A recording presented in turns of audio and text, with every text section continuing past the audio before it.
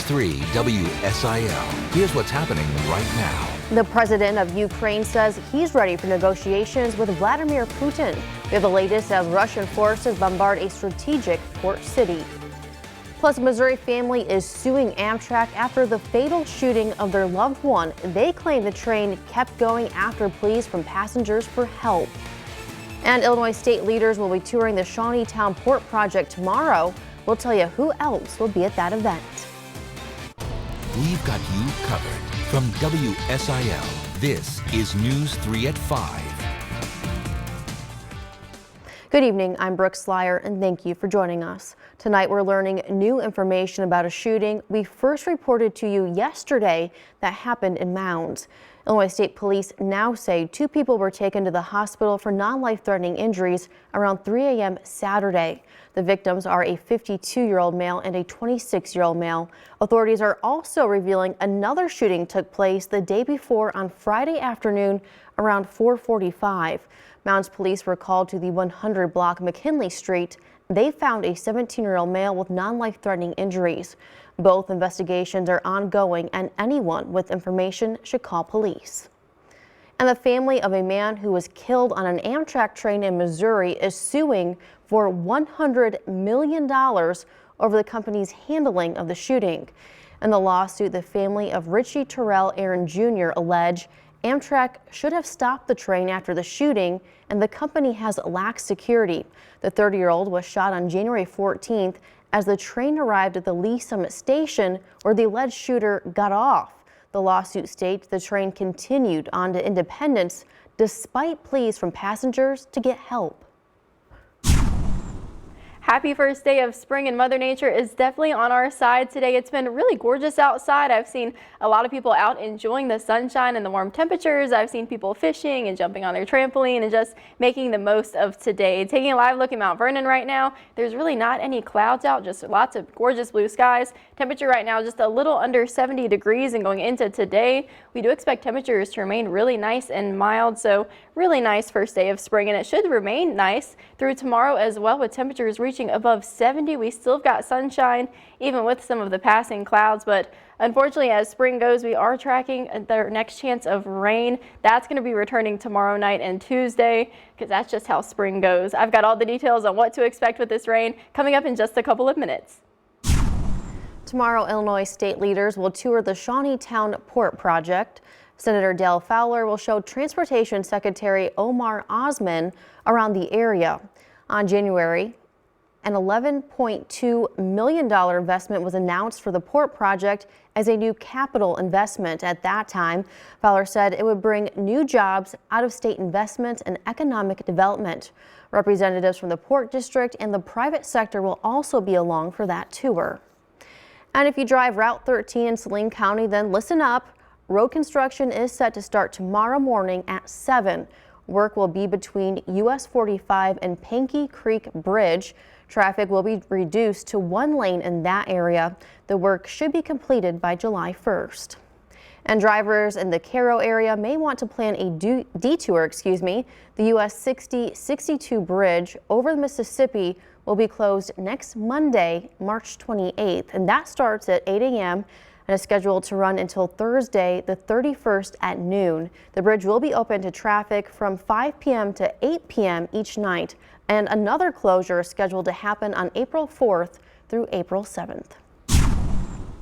Ukrainian President Volodymyr Zelensky says he's ready for negotiations with Russia, but warned if they fail, that would mean this is a third world war. ABC's Faith Abube has more from Washington. In a video address to his nation Sunday, President Zelensky calling Russia's siege of the city a terror that will be remembered for centuries to come. Russian forces continuing to pound the capital of Kyiv. Emergency responders on the scene of this damaged building. Mayor and former boxer Vitaly Klitschko posting this video saying, "Friends, dear Kyivans, the enemy continues to shell the capital. Russian forces breaking into the Donetsk region."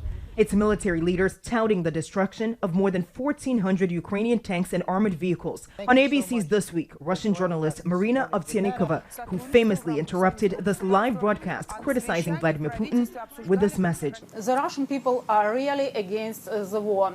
It's Putin's war, not Russian people's war. Ukrainian officials say 14,000 Russian personnel have been killed during the invasion. The humanitarian crisis worsening. More than 3 million people have left the country, most of them going to Poland. Another 6.5 million have been displaced within Ukraine. Nearly 10 million people, according to the UN, now homeless. Lines wrapped around the Warsaw National Stadium in the nation's capital. Ukrainian refugees waiting to register for their new Polish ID numbers, the equivalent of a social security number. ABC's Victor Okendo is there. Why was it so important to get that PESEL number? I need PESEL for many things. I need work, for money, for bank account, for staying here in Poland until the war ends. Faith Abube, ABC News, Washington. President Joe Biden will travel to Europe this week for several emergency summit meetings. He'll meet with other NATO leaders in Brussels to discuss new measures of putting pressure on Russia. They're also expected to talk about how to further help Ukraine's military. Ukrainian officials have called on him to visit the country during his trip, but Poland is a possibility. The trip is expected to begin on Wednesday.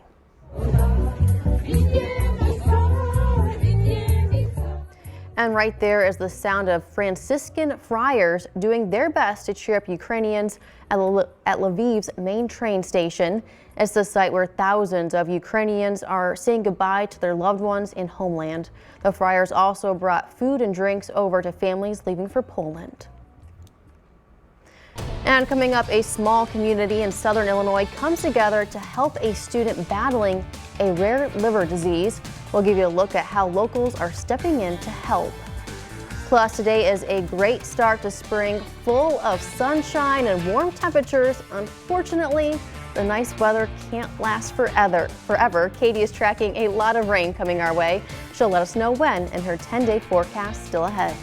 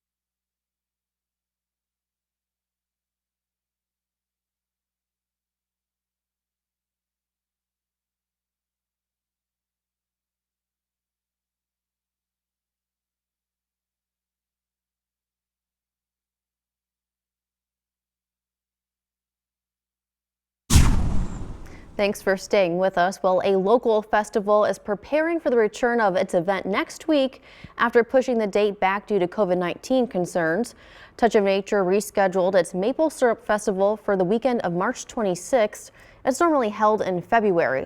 Organizers say what began more than 10 years ago with just a pancake breakfast has grown into a two-day event with activities for the whole family. We'll have live bands, we'll have music, we'll have food, we'll have demonstrations, programming for kids. And the cool thing is it's a free event. You can come and get the breakfast. You can pre-register. We would like that. It's just going to be a really great day. Anytime you get to spend the day outside with the family, like that's a good day. Dozens of vendors will also be on hand with arts, crafts, and collectibles. The pancake breakfast begins at 9 in the morning and includes plenty of maple syrup, all collected from nearby trees. And the community of Carterville is collecting money to help with the family of a local 6th grader undergoing treatment for complications from a liver transplant.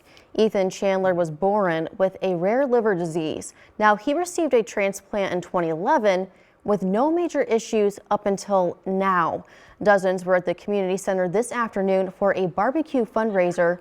Organizers say it's to help with the cost of care and for travel to the St. Louis Children's Hospital.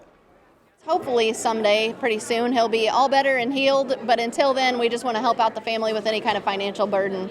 It's all donated. All the food is donated. All the desserts are donated. Everything, even down to the forks. It's everybody in the community just coming together for the common good.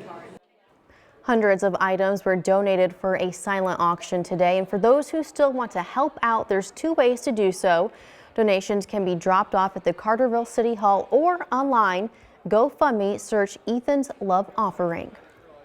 And in Franklin County, more than 80 Jeeps and their passengers come together, raising $20,000 for Veterans Honor Flight of Southern Illinois. Milwaukee-town's J&L Custom Automotive hosts a Jeep run they call the Leprechaun Hunt each March. This is the 4th year for the Jeep Run and the 3rd year the group has raised money for local vets to fly to Washington, D.C. and visit war memorials. The next flight is scheduled for June 7th.